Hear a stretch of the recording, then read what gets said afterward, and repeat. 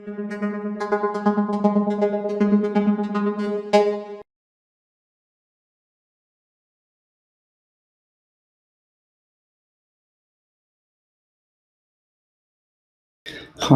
my name is Jorge Guevara, and I'm going to present direct sampling for extreme weather generation.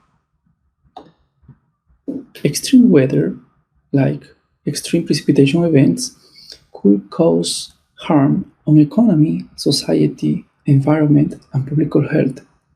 Then it's very important to analyze extreme weather data and also to generate hypothetical extreme scenarios.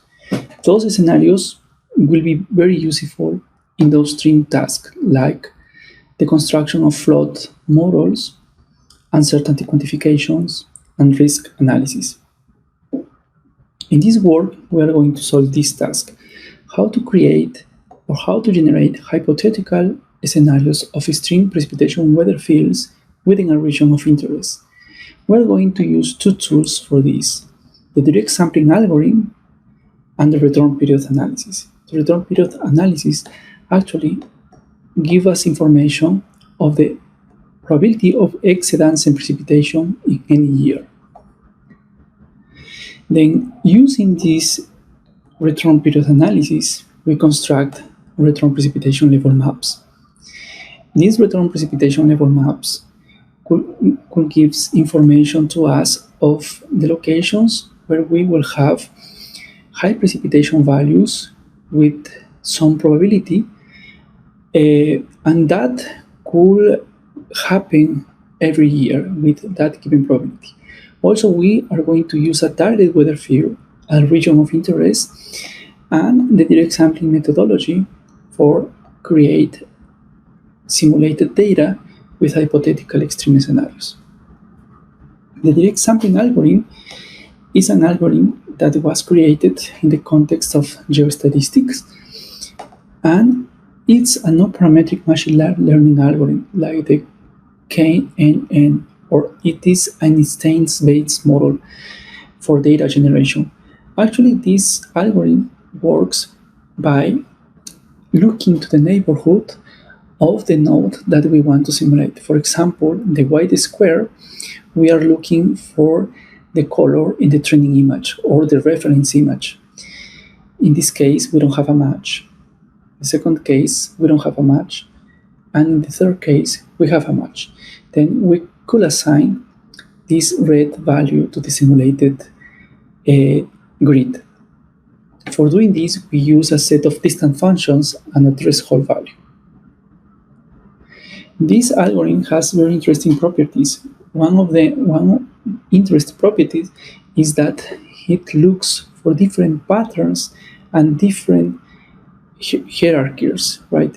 We will have that the radius of the data bands could decrease as we are simulating more and more nodes.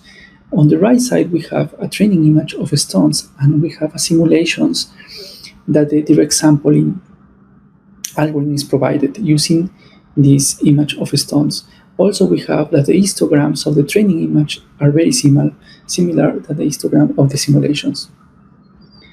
We are proposing the following method for application of the direct sampling for extreme precipitation generation.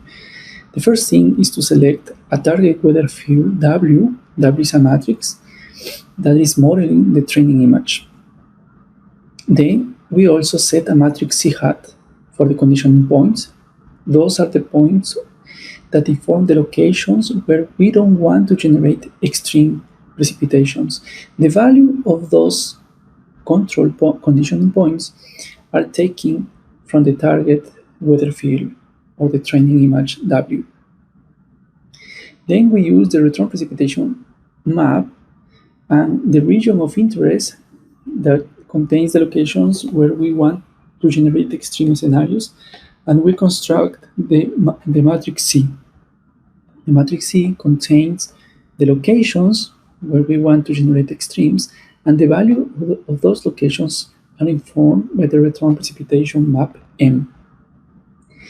Then we construct a matrix S with null values, but we include in this matrix S the information of the condition matrix C and the control point C hat.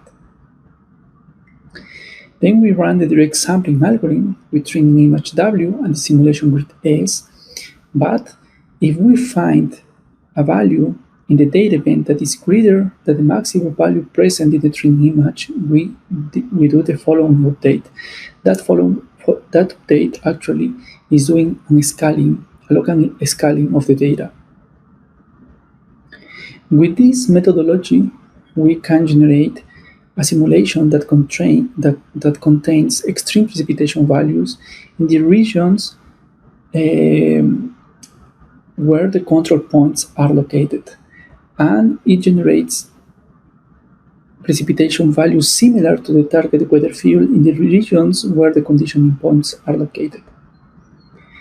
In the experimental validation, we use data from the eMERC dataset and this bounding box that correspond to the Northwest India.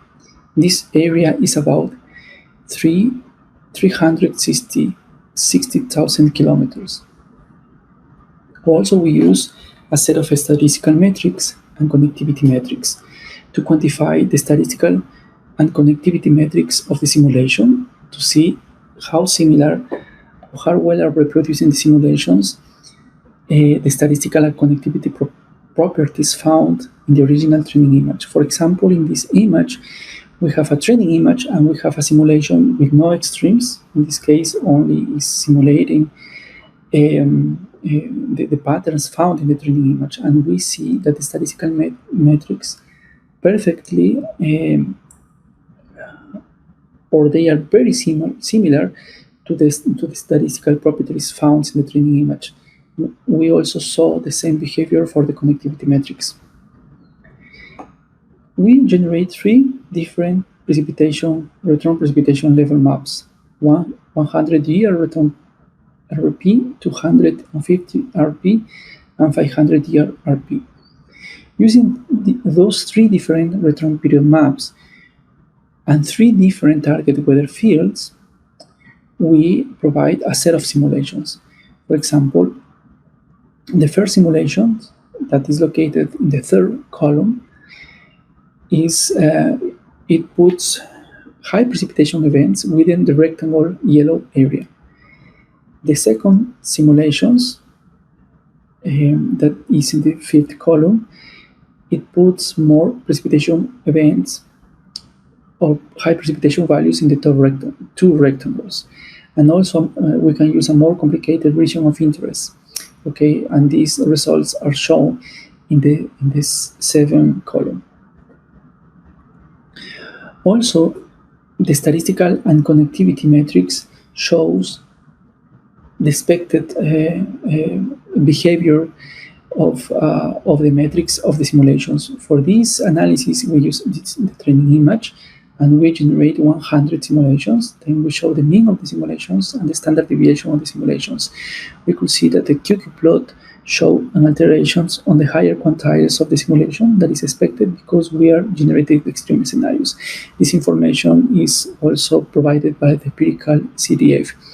In the variogram also we saw that the standard deviation is different than the training image, and this is because the high precipitation values that we are generating in the region.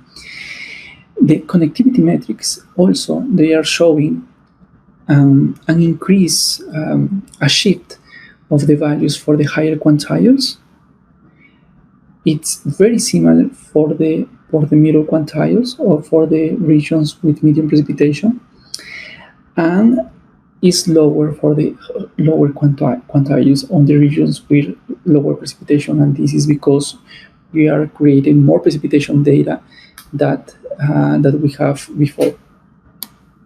The conclusion of this work is that we show that the direct sampling is a promising method for extreme precipitation generation. This method only uses a unique training image, and it differs from another machine learning methodologies that you need a set of image for training the model and for doing data generation. We saw also that the next train simulated data honor the statistical and connectivity metrics. We also saw that the statistical and connectivity metrics show expected alterations due to the out-of-sample extreme generations. Future work will include more weather variables and temporal aspect and applications in downstream tasks. Thank you.